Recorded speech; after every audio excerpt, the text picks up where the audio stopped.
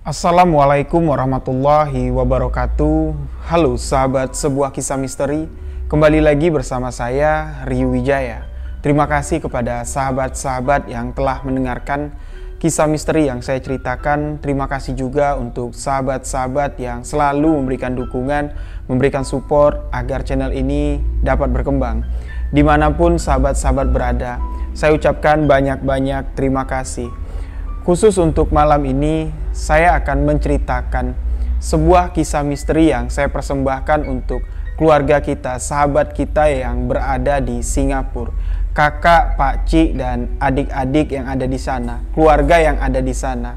Terima kasih untuk dukungannya kepada channel Ryu Wijaya, sebuah kisah misteri. Dan kali ini, saya akan menceritakan pengalaman pribadi saya dan beberapa kisah yang saya dapat, saya gabungkan menjadi satu tentang persahabatan manusia dengan jin muslim. Jadi bagaimana kisahnya? Simak hanya di sebuah kisah misteri.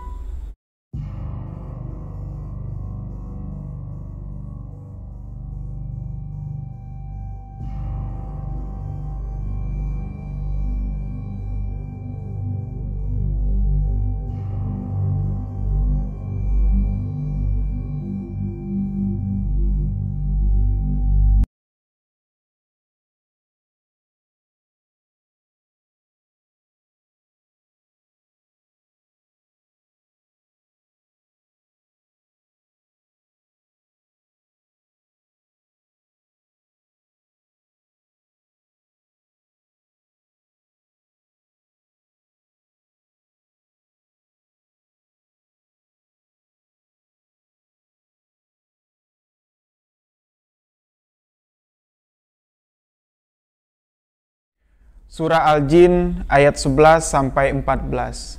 Di situ jelas disebutkan bahwa ada dua golongan jin.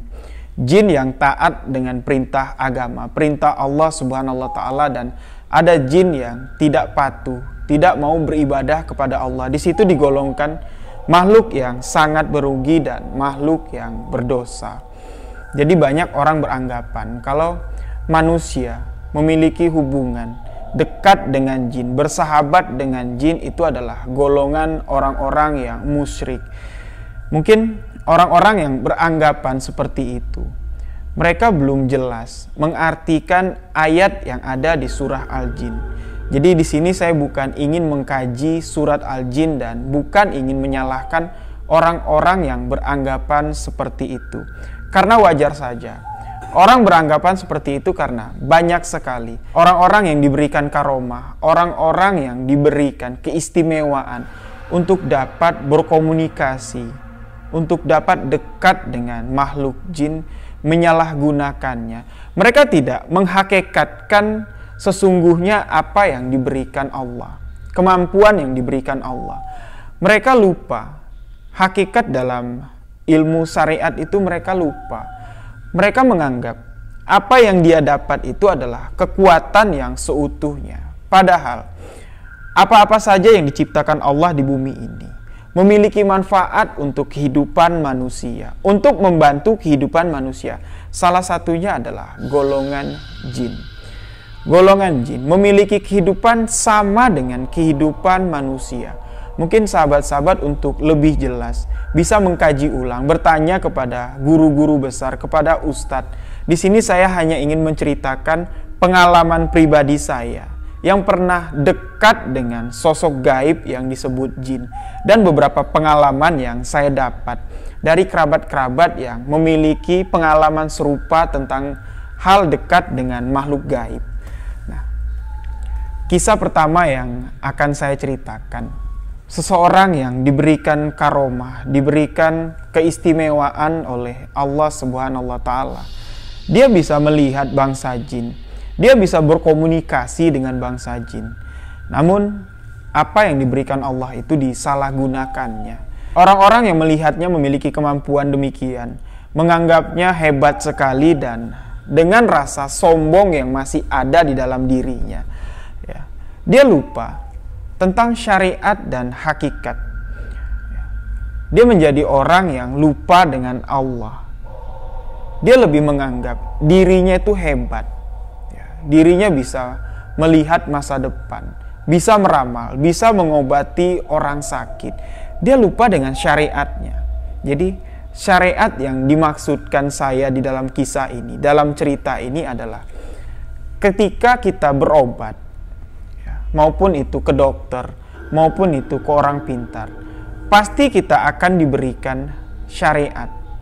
Syariat itu seperti obat yang harus kita makan. Kalau kita pergi ke dokter, kita harus diberikan resep untuk menyembuhkan penyakit yang kita derita. Ketika kita pergi ke kiai, untuk diobati, kiai tersebut akan memberikan syariat. Paling enggak disuruh meminum segelas air putih. Itulah yang dikatakan syariat. Dari syariat inilah kita bisa melihat orang itu tidak lepas atau tidak lupa dengan kaji makrifat. Nah, mungkin untuk penjelasan lebih lanjut tentang itu, suatu hari nanti akan kita bahas bersama ayah saya. Karena dia sudah lupa dengan kaji makrifat, dia tidak menggunakan syariat lagi. Jadi orang-orang yang datang kepada dia, minta tolong, ada yang sakit, ada yang kehilangan barang minta ditemukan. Dia cuma mengatakan, barang kamu yang hilang dapat kamu temukan di daerah sini. Letaknya di bawah pohon besar. Disitulah barang kamu nanti akan kamu temukan. Tanpa menggunakan syariat. Dia mengatakan demikian dan orang yang mendengar ini menganggapnya, wah, kemampuannya sangat luar biasa. Dan apa yang dikatakannya itu pun tepat. Barang yang hilang itu bisa ditemukan di bawah pohon besar tersebut, dan ketika orang yang sedang sakit datang ingin berobat, dia tidak menggunakan syariat.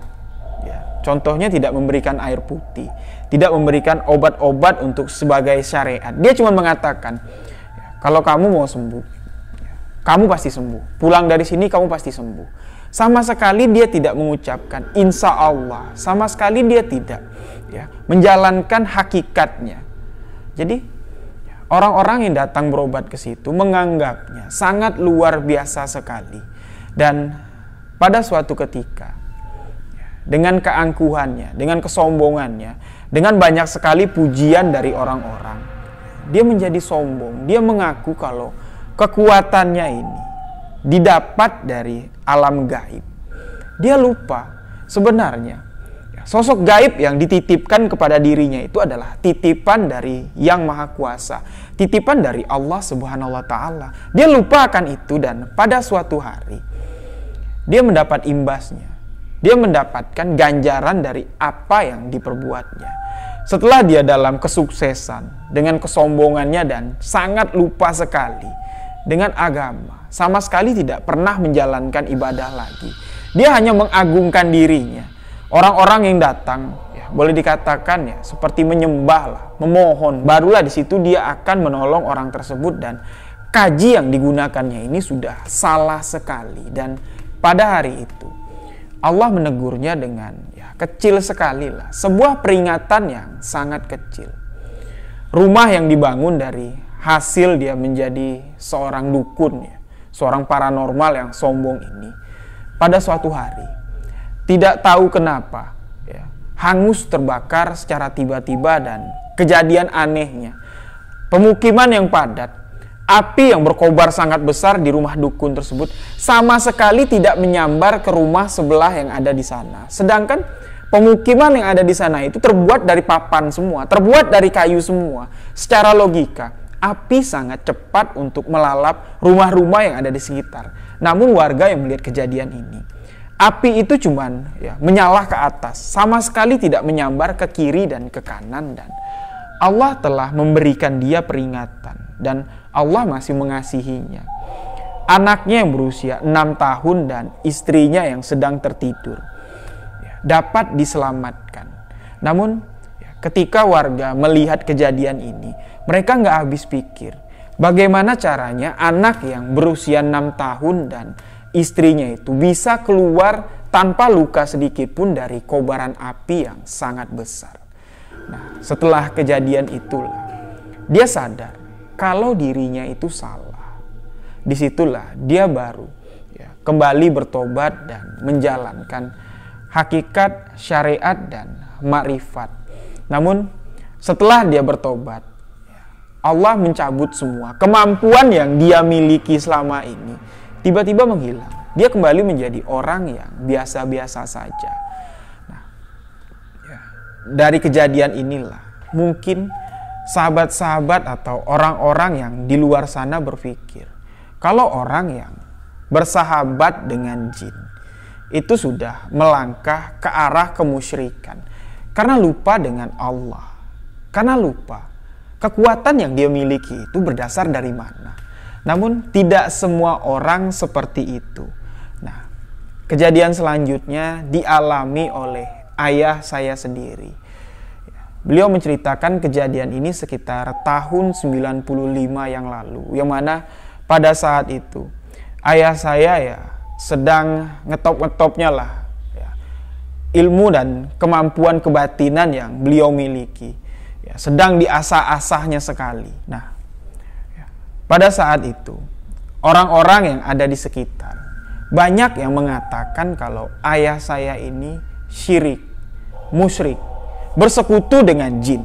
Ilmu yang digunakan ayah saya ini adalah ilmu hitam, memerintah jin untuk mengobati orang, memerintah jin untuk membantu orang.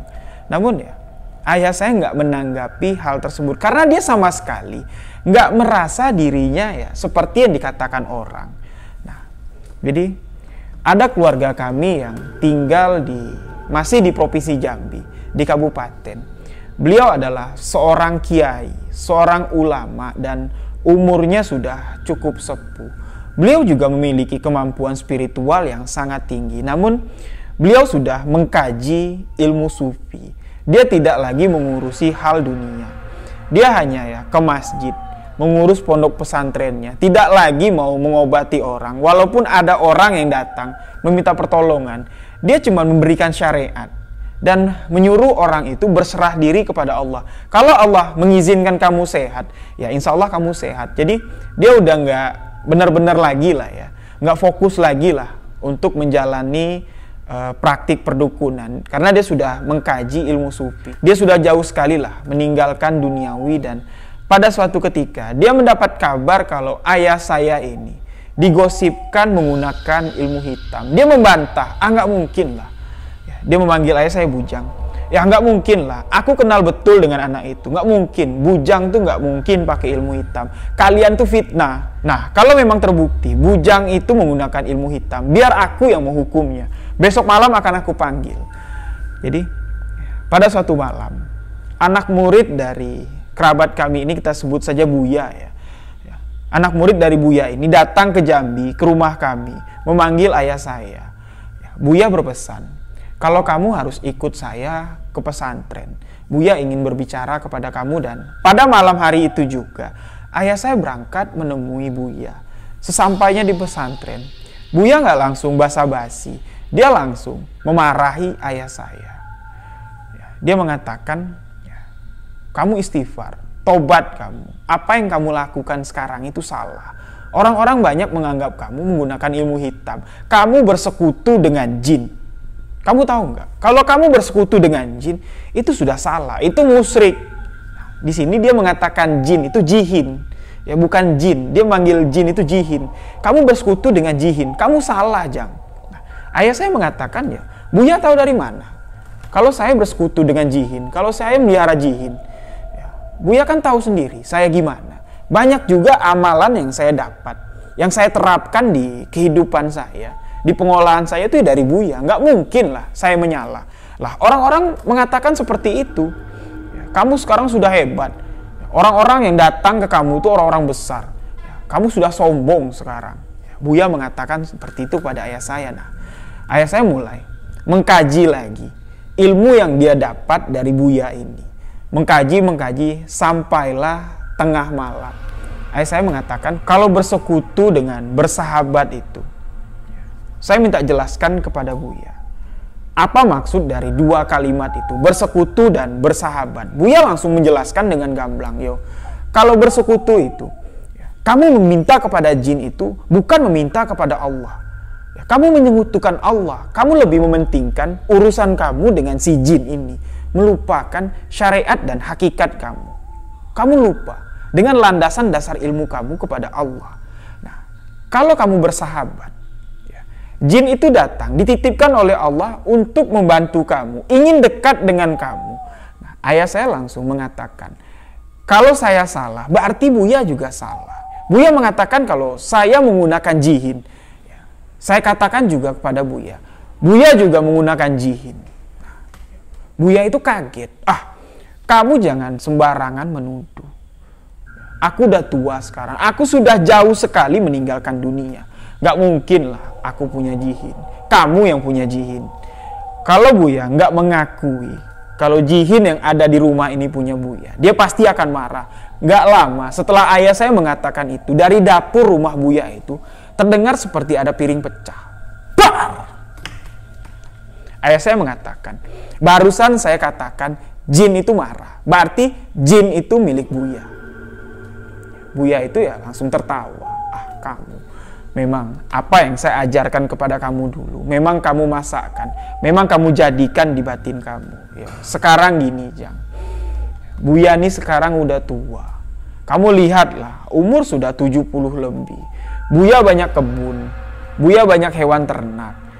Kalau Buya sendiri yang menjaga kebun, menjaga hewan ternak pada malam-malam hari, kapan lagi waktu Buya untuk beribadah? Dan Allah kasihan dengan Buya. Allah menitipkan jihin kepada Buya untuk mengurus, untuk menjaga hewan ternak Buya di malam hari, untuk menjaga ladang Buya di malam hari, biar nggak dicuri orang. Nah, sama Buya. Apa yang Buya katakan itu ya sama dengan saya. Saya nggak pernah bersekutu dengan jin, dan jin yang ada dengan saya, yang ada di dekat saya, tidak pernah meminta sesuatu kepada saya. Dia datang ketika saya panggil dan dia pergi ketika saya perintahkan. Jadi, kalau saya salah bersahabat dengan jin, ya Buya juga salah. Buya juga pelihara jin.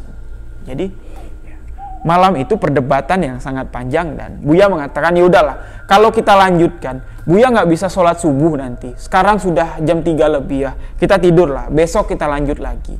Jadi setelah pembicaraan, perdebatan pada malam itu dilanjutkan keesokan malamnya. Setelah sholat isya, Buya dan ayah saya tuh duduk di ruang tamu. Di tempat malam kemarin mereka berdiskusi dan kembali membahas tentang jin. Persahabatan manusia dengan jin. Jadi Buya mengaku kalau apa yang dikatakan orang-orang itu salah. Sebenarnya Buya juga tahu, Jang. Apa yang orang-orang bilang itu salah. Buya cuma ngetes kamu. Dengan keberhasilan kamu sekarang, dengan apa yang kamu miliki sekarang ini, kamu lupa nggak dengan hakikat di diri kamu? Dengan syariat yang harus kamu tanamkan untuk menjalankan makrifat. Tanpa dasar hakikat, tanpa dasar syariat, kamu bakal terjerumus dalam dunia gelap, dunia hitam. Jadi Buya tahu sebenarnya orang-orang itu cuma fitnah kamu, makanya kamu gak marah. Buya juga gak marah sebenarnya, Buya cuma mau ngetes. Ternyata alhamdulillah, kamu tidak lupa dengan hakikat yang kamu jalankan. Alhamdulillah, Buya senang sekali dan Buya bangga. Sebenarnya begini, Jang. Orang-orang beranggapan seperti itu karena di luar sana banyak sekali orang yang mengaku alim, orang yang mengaku taat kepada Allah, tapi dia menyalah.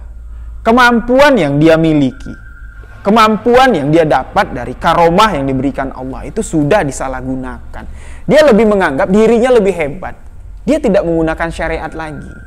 Jadi ayah saya bertanya lagi kepada Buya, kalau menurut ajaran agama Islam, bersahabat dengan jin seperti yang saya lakukan, kalau Buya bedalah. Jihin yang ada di Buya itu cuman untuk menjaga Buya, dititipkan Allah untuk menjaga Buya dan keluarga. Nah, kalau saya, jihin yang ada di mengikut saya sekarang ini merupakan keturunan, merupakan titipan keturunan. Karena memang dari buyut saya, jihin ini sudah ada. Buya mengatakanlah, itulah yang namanya titipan. Bukan titipan dari leluhur kamu, tapi Allah kasihan dengan kamu. Karena kamu bergelut di bidang kebatinan. Kalau diri kamu berdiri sendiri, kamu gak bakal kuat. Allah menitipkan seorang jin penjaga untuk menjaga kamu, untuk melindungi kamu dan keluarga kamu. Kamu jangan sedekat-dekat apapun kamu dengan jin itu, dengan jihin itu, jangan sekali-kali kamu mengutamakan dia. Jangan lupa syariatnya. Bukan syariat dalam pengobatan, tapi syariat dalam kamu meminta pertolongan dengan Allah. Jangan langsung kamu meminta kepada jin itu tanpa kamu mengadu kepada Allah terlebih dahulu. Jadi mungkin untuk sahabat-sahabat yang mengerti tentang kebatinan, ini adalah sedikit kunci ilmu syariat. Jadi ketika kita berhajat, ingin melakukan sebuah syariat, kita jangan langsung menuju ke hajat kita. Misalnya, kita pergi ke makam keramat yang memiliki karomah, makam wali. Kita datang ke sana. Jangan langsung duduk di makam itu tanpa bertawasul dulu kepada Allah. Jangan kita langsung datang ke sana, meminta kepada apa yang ada di sana, kepada arwah atau almarhum yang ada di sana, mengabulkan hajat kita. Terlebih dahulu, kita bertawasul kepada Allah. Kita meminta kepada Allah. Apa yang kita hajatkan, kita pinta dulu kepada Dia, barulah kita mengutarakan hajat kita kepada makam atau keramat yang ada di sana. Berkat apa? Berkat karomah yang diberikan Allah semasa hidupnya kepada orang yang sudah meninggal ini. Disitulah kita meminta. Tapi bukan meminta kepada makam ini. Terlebih dahulu kita meminta kepada Allah Subhanahu wa Ta'ala yang Maha Pengasih, yang Maha Penyayang. Ya Rahman, Ya Rahim, Ya Rahman, Ya Rahim. Nah, jadi Buya mengatakan seperti itu. Dan lagi-lagi di sini ayah saya mendapatkan sebuah ilmu yang sangat berharga. Jadi setelah pertemuan Buya dengan ayah saya langsung pulang ke Jambi. Nah, menurut cerita dari ayah saya, Buya ini semasa hidupnya adalah seorang yang sangat luar biasa. Kaji dalam ilmu kebatinan itu ya memang sangat luar biasa. Dia sama sekali tidak pernah melenceng dari ajaran agama. Dia mengatakan kepada ayah saya, apapun yang kamu lakukan, jangan pernah kamu meninggalkan 5 waktu. Apapun itu. Karena baik buruknya manusia, salah benarnya manusia itu bukan di mata manusia, tapi di mata Allah. Kalau kamu sudah melakukan hal yang buruk, namun kamu sengaja melakukan atau meninggalkan ibadah yang seharusnya, sewajibnya kamu lakukan, ya jelas-jelas kamu salah. Tapi ketika kamu merasa salah, namun kamu tidak pernah melalaikan kewajiban kamu, Allahu a'lam, Allah yang menilai itu semua. Karena air dengan minyak tidak akan menyatu. Jadi itu pengalaman dari ayah saya. Dibahas tuntas dengan almarhum Buya, ya, masih kerabat kami, tentang ayah saya berteman dengan jin. Jadi di sini saya ingin sedikit menyimpulkan, bersekutu dengan jin itu salah. Namun bersahabat dengan jin, Allahu a'lam, tidak dapat orang menyalahkannya.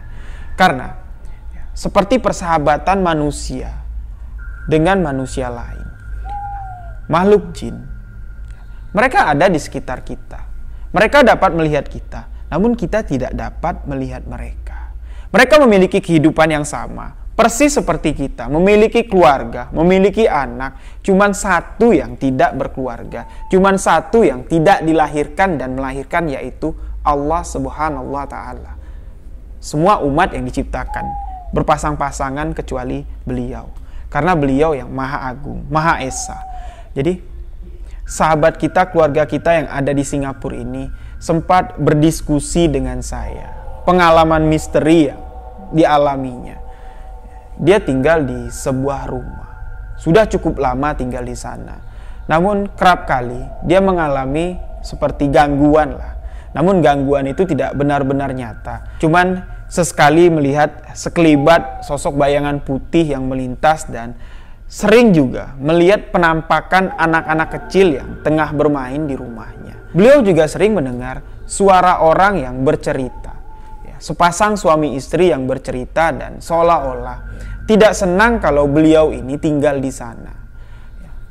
Keluarga kita yang ada di Singapura ini menceritakan kejadian ini kepada saya dan meminta pandangan saya tentang kejadian ini, dan alhamdulillah beberapa malam ini saya mencoba untuk mentelaah, saya mencoba untuk memecahkan sebenarnya apa yang tengah dialami. Jadi menurut apa yang saya rasakan, kediaman dari kakak ini dulunya itu tanahnya memang dihuni oleh sebangsa jin, dan mereka juga di sana sudah berkeluarga, sudah beranak pinak. Beberapa ruangan atau beberapa rumah yang ada di sana terlebih dahulu dihuni, namun kakak mengatakan, keluarga kita yang di Singapura ini mengatakan rumahnya itu lama kosong. Setelah tempat-tempat lain dihuni, barulah dia menghuni tempat itu. Dia membeli rumah itu, dan saya merasakan kalau memang sosok itu berdiam diri di sana. Beberapa kejadian aneh terjadi. Ketika ada tamu datang, sosok itu sering menyerupai tamu yang datang, seolah-olah ingin menakut-nakuti. Karena Allah wa'alam lah ya, saya rasakan memang mereka itu tidak mengganggu, tapi tidak senang juga. Ada manusia yang tinggal di sana, dan insya Allah nanti kita coba untuk mendekatkan kedua keluarga ini dari alam manusia dan alam jin. Karena insya Allah atas seizin Allah tidak ada yang tidak mungkin. Dua dunia bisa dapat menyatu. Kehidupan di dunia gaib dan dunia nyata ini sebenarnya memang terlihat seperti dua sisi yang berbeda, namun kalau kita lihat dengan batin, semua itu tidak ada bedanya. Semua itu menyatu. Karena rasa yang ada di batin lebih dari indera yang ada di tubuh kita, lebih dari indera penglihatan. Namun untuk melihat itu semua memang butuh batin yang benar-benar bersih.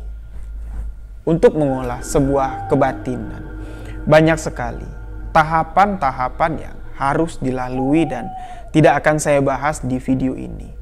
Jadi beberapa kisah yang saya ceritakan barusan merupakan pengalaman-pengalaman dari kerabat kita, dari ayah saya, dari keluarga kita yang ada di Singapura. Dan sekarang saya akan menceritakan sebuah pengalaman pribadi saya yang bersahabat dengan sesosok jin muslim. Kejadian ini sebenarnya sudah lama sekali terjadi. Ayah saya mengatakan tanda-tanda kalau ada sosok gaib yang mengikuti saya itu mulai saya dari kecil, mulai dari berusia 6 tahun. Ketika itu ayah saya mengajak saya berziarah ke makam Rajo Pijowan bersama dengan beberapa kerabat yang lain. Pada saat itu ayah saya membawa seorang yang sedang sakit untuk berobat di makam Rajo Pijowan. Saya yang berusia 6 tahun itu ikut di sana. Jadi untuk masuk ke lokasi itu harus membawa parang yang tajam. Jadi salah seorang kerabat yang tinggal di rumah kami, dia mengasah parang. Parang itu sangat tajam sekali. Dibawalah untuk pergi ke makam Rajo Pijowan, dan sampai di makam Rajo Pijowan kami turun dari perahu untuk naik ke atas tebing. Ketika parang itu ingin diambil oleh kerabat kami dari atas perahu, dia sama sekali nggak sengaja dan dia nggak melihat kalau saya itu masih duduk di atas perahu dengan menggenggam mata dari parang itu dengan tangan saya, dan dia langsung menariknya. Ketika parang itu sudah tertarik, dia melihat kalau tangan saya sedang menggenggam parang itu, dia teriak kaget, panik kalau takut tangan saya itu terluka. Ayah saya kaget, ada apa? Bang, itu bang, Rio. Tangannya kena parang. Dia tadi genggam parang, parangnya saya tarik. Ayah saya langsung turun ke bawah. Dah, jangan panik, dia bilang. Coba buka tangan kamu, dia bilang. Saya buka tangan saya, sama sekali tidak terluka. Sama sekali tidak ada bekas. Orang-orang yang ada di sana itu kaget. Kaget bukan main. Jadi timbullah pertanyaan kepada diri saya. Orang-orang ini penasaran. Setelah pulang dari makam Rajo Pijowan, setibanya di rumah, orang-orang yang penasaran ini bertanya kepada ayah saya, "Bang, kok tadi bisa? Tangannya itu nggak luka." Nah, ayah saya cuma mengatakan, "Ya, kamu tanya sendirilah sama anaknya, apa yang dia rasakan." Jadi, ya, ayah saya mengatakan, pada saat itu, ada sosok gaib yang ada di belakang saya. Sosok itulah yang melindungi saya. Nah, berikutnya sebuah kejadian lagi yang menimpa saya pada saat itu, ya masih berusia sekitar 6-7 tahun. Pada saat itu rumah kami sedang ramai. Ya, ibu saya yang sedang menjerang air untuk membuat kopi, ya, meninggalkan ya, kompor yang sedang menyala, sedang merebus air. Jadi cerek ya untuk memasak air itu, dia kalau airnya sudah mendidih, dia pasti bersiul, berbunyi ya, sing sing, itu tandanya airnya sudah mendidih. Nah, jadi setelah ibu saya menyalakan kompor, ya, dia pergi ke kamar, ya, dia mendengar kalau suara air itu, suara cerek itu sudah berbunyi, menandakan kalau dia sudah matang, kalau dia sudah mendidih. Jadi ibu saya langsung ke dapur dan dia teriak kaget kalau melihat cerek itu sudah ada di bawah, airnya sudah tumpah dan pakaian saya, mulai dari baju sampai ke celana itu sudah basah. Dipegang sama ibu saya. Tangan saya itu masih panas. Bekas tersiram air panas, namun sama sekali tidak ada bekas luka bakar. Nggak melepuh terkena air panas itu. Jadi setelah kejadian itu, ada sebuah peristiwa lagi yang terjadi dan kejadian itu masih saya ingat jelas. Ya, saya berusia sekitar 15 tahun. Ya, di desa kami itu, kalau musim buah-buahan tuh ya banyak sekali. Kalau musim jambu, rata-rata jambu di kampung itu berbuah semua. Ya, kalau musim rambutan, rambutan tuh berbuah semua. Jadi tetangga saya itu punya sebuah pohon jambu. Kalau kami orang Jambi bilang itu namanya jambu monyet ya, yang kacangnya bisa dijadikan kacang mede. Nah, jambu itu sangat langka sekali, jarang sekali orang yang menanam jambu itu. Jadi sore-sore saya sedang main, kepingin sekali makan jambu itu, karena ya sudah matang semua, ya, sangat ya, ngiler lah ngelihatnya. Nah, kebetulan orang yang punya pohon jambu itu sedang menyapu di bawahnya. Saya ngomong baik-baik, "Bu, saya boleh nggak minta jambunya satu?" Nah, ibu itu bilang, "Nggak boleh, karena jambu itu belum masak," dia bilang. Sedangkan yang disapu sama ibu-ibu itu ya jambu yang sudah busuk, jatuh ke bawah, karena nggak diambil. Lah, itu sudah banyak yang jatuh, saya bilang. Mubazir, saya bilang. "Saya minta satu aja," saya bilang. Tetap dia nggak mau ngasih. Nah, di situ saya nggak sengaja lah ya, keceplosan ngomong, "Ah, pelit," saya bilang. "Mudah-mudahan kalau orang pelit," saya bilang, "jambunya busuk semua," saya bilang. Ya, saya langsung pulang. Nah, keesokan harinya, benar, pohon jambu yang sehat ya, yang rimbun, buahnya banyak, besok paginya itu ya jatuh semua. Pagi-pagi itu di bawah pohon itu sudah banyak sekali jatuh. Nah, ternyata pada malam itu banyak sekali kalong yang mampir ya, di pohon jambu itu memakan semua buah jambu yang sudah masak. Jadi pagi-pagi, ibu-ibu yang punya pohon jambu ini, yang saya minta baik-baik nggak dikasih itu, datang ke rumah ngadu sama bapak saya. "Jang, kemarin anak kamu nyumpahin kalau jambu saya itu busuk semua. Nah, kamu lihatlah pagi ini, buah jambu yang ada di pohon itu gugur semua, jatuh semua, habis." Dan bapak saya langsung marah kepada saya. "Kamu ngapain ngomong kayak gitu sama orang?" Nah, saya cuman bilang, "Yo, kemarin saya sudah minta baik-baik, tapi nggak dikasih. Nggak tahu, saya juga keceplosan ngomong kayak gitu dan ternyata benar. Apa yang saya katakan, yang nggak sengaja itu kalau memang pelit, jambunya busuk semua. Ya memang benar, jambunya itu jatuh semua, busuk semua. Allahu a'lam." Bapak saya juga bilang itu cuman kebetulan dan bapak saya minta maaf kepada ibu-ibu itu. Dan setelah hari itu saya dinasehati, karena saya sudah berusia 15 tahun. "Kamu jangan sembarangan lagi ngomong. Kalau ya ada rasa di hati kamu, ada rasa nggak enak tentang orang, jangan kamu omongin. Cukup kamu pendam di dalam hati, bahaya nanti." Di situ saya sudah mulai mengerti. Yo, bahaya kenapa Pak? Saya bilang, yo kalau sekarang Bapak jelaskan, ya nggak baik. Nantilah, kalau sudah kamu cukup umur, bakal Bapak jelaskan. Dan semenjak hari itulah, saya nggak pernah lagi ngomong yang aneh-aneh. Kalau saya punya masalah, ya, kalau sedang ribut dengan orang, ya saya lebih baik diam, mengalah dan lari, bukan takut. Nah, jadi setelah usia 16 tahun itu, ayah saya mengatakan, kalau kamu pengen tahu, nantilah setelah akhir balik, setelah 17 tahun, Bapak akan jelaskan apa yang ada di diri kamu. Jadi pada saat itu di usia 17 tahun, saya sudah tinggal di Jakarta. Pada saat itu saya sudah kelas 21 STM dan disitulah ayah saya baru menjelaskan kalau memang sewaktu saya lahir, ada tanda-tanda yang unik yang tidak dimiliki anak-anak lain. Saya lahirnya aneh. Tidak disambut bidan.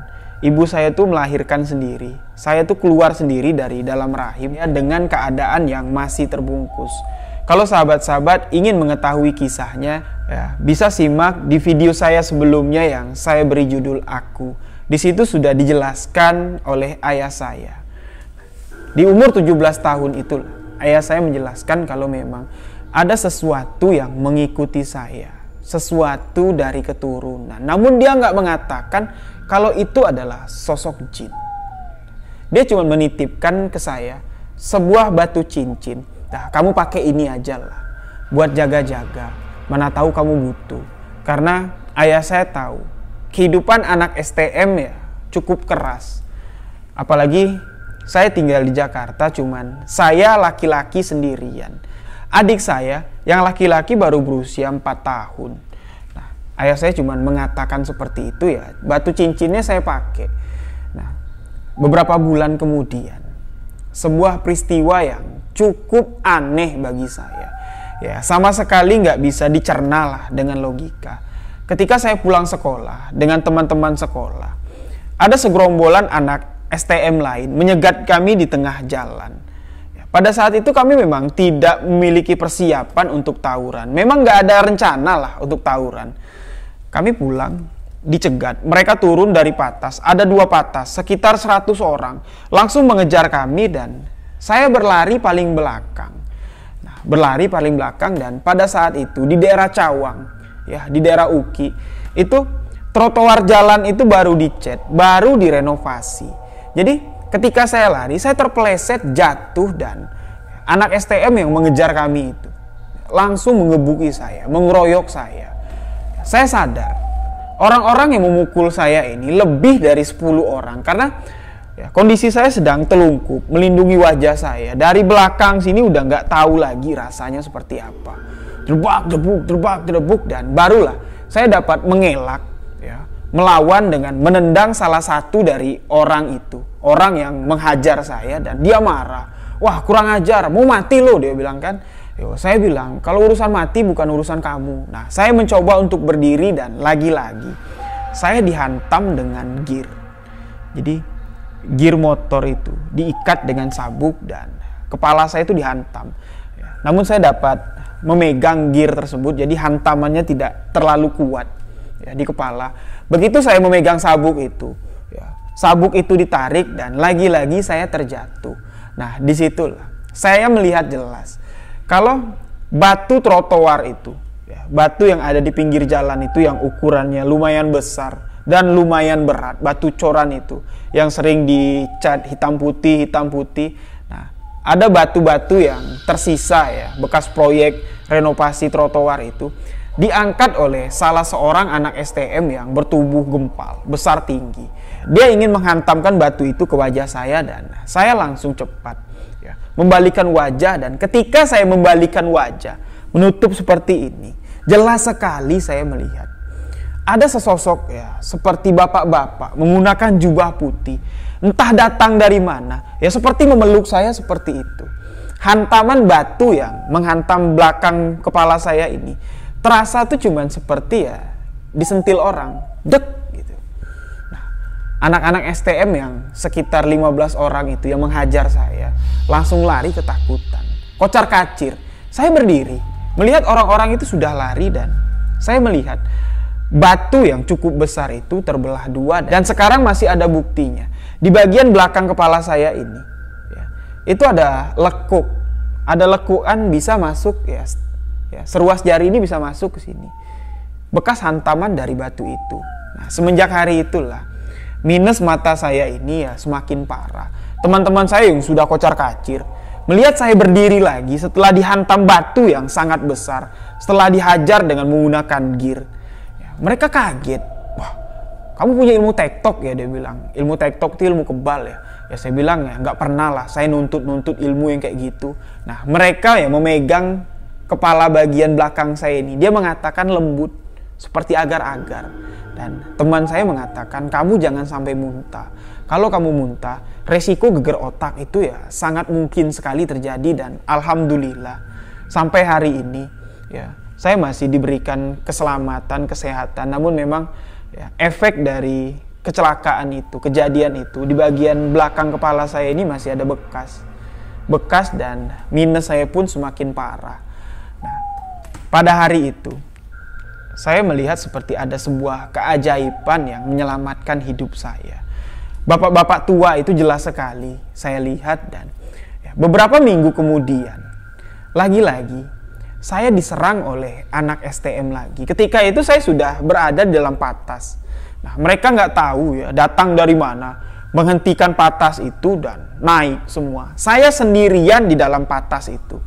Nah, mereka yang naik, otomatis kalau mereka melihat saya, ya habislah saya ditelanjangin. Ya bisa-bisa saya dilempar dari atas patas yang sedang jalan itu. Namun anehnya, mereka sama sekali tidak melihat saya. Padahal ya patas itu penuh. Mereka ada yang berdiri ya, di samping saya, karena saya duduk di dua kursi ya. Ada yang berdiri di belakang saya. Mereka sedang membicarakan nama sekolahan kami. Ya karena anak STM ini sedang musuhan sekali. Kami memang sering berantem dengan mereka. Nah, lagi-lagi di situ aneh. Bapak-bapak yang tadinya duduk di sebelah saya itu, ya, penglihatan saya itu berubah menjadi bapak-bapak menggunakan pakaian sorban. Menggunakan pakaian warna putih dan memegang tangan saya. Seolah-olah memberi isyarat, jangan berisik, ya, jangan bergerak. Saya melihat ke arahnya dan dia cuma tersenyum. Sampai sekarang, saya masih ingat jelas bagaimana wajah dari orang tua tersebut. Setelah bus itu berhenti, bapak-bapak ini ya mengajak saya turun, memegang tangan saya sambil menuntun untuk turun dari mobil itu. Dan setelah mobil itu jalan, bapak-bapak yang menuntun tangan saya yang menggunakan sorban dan baju putih itu menghilang. Saya sempat cari di sekelilingan tempat itu, di halte itu saya cari. Sempat saya tanya dengan pedagang yang ada di sana, Bu, ibu ngelihat gak bapak-bapak yang turun ya dengan saya dari patas tadi, yang menggunakan baju putih? Dan ibu-ibu pedagang yang ada di halte itu mengatakan, ya saya turun sendirian. Dua peristiwa yang cukup aneh dan kejadiannya tidak berselang lama, cuman beberapa minggu dari kejadian pertama. Di situ saya langsung menelpon ayah saya, menceritakan semuanya. Dan ya, ayah saya cuma mengatakan, memang bapak nggak mau memberitahu kamu sebenarnya itu apa. Biarlah kamu tahu sendiri. Kalau bapak kasih tahu, nanti kamu ya sewena-wena. Jadi bapak saya itu nggak mau memberikan kuncinya kepada saya. Dia mengatakan sampai hari ini pun beliau nggak mau memberikan kuncinya kepada saya. Dia cuma mengatakan, alam terkembang menjadi guru. Apa yang kamu alami akan menuntun kamu ke jalan kamu sendiri. Sebuah peristiwa lagi terjadi di tahun 2016 yang lalu. Pada saat itu saya sedang dalam permasalahan yang cukup besar sekali. Permasalahan yang mengguncang kehidupan saya, dan itu merupakan titik balik dari hidup saya. Ketika saya membanting setir dan mobil itu mulai oleng, dari kaca depan saya jelas sekali melihat ada sosok bayangan putih yang dengan cepat masuk dan merangkul saya, memeluk saya, dan mobil itu terbalik. Berjalan, namun sosok itu menggunakan pakaian lengkap, bukan seperti tuyul. ada lagi cerita. Masih di tahun yang sama, di rumah yang sama. Nggak tahu ada orang datang dari mana. Dia bilang datang dari Banten. Dengan berjalan kaki dia bilang datang dari Banten. Memang ke Jambi itu untuk mencari orang yang tepat untuk dijadikan murid. Karena beliau ini memegang kunci uang gaib yang ada di Banten. Salah satu tempat yang ada di Banten. Nah, kisah ini akan saya ceritakan nanti di video spesial. Karena ini bersangkutan dengan hal pesugihan yang hampir saya lakukan.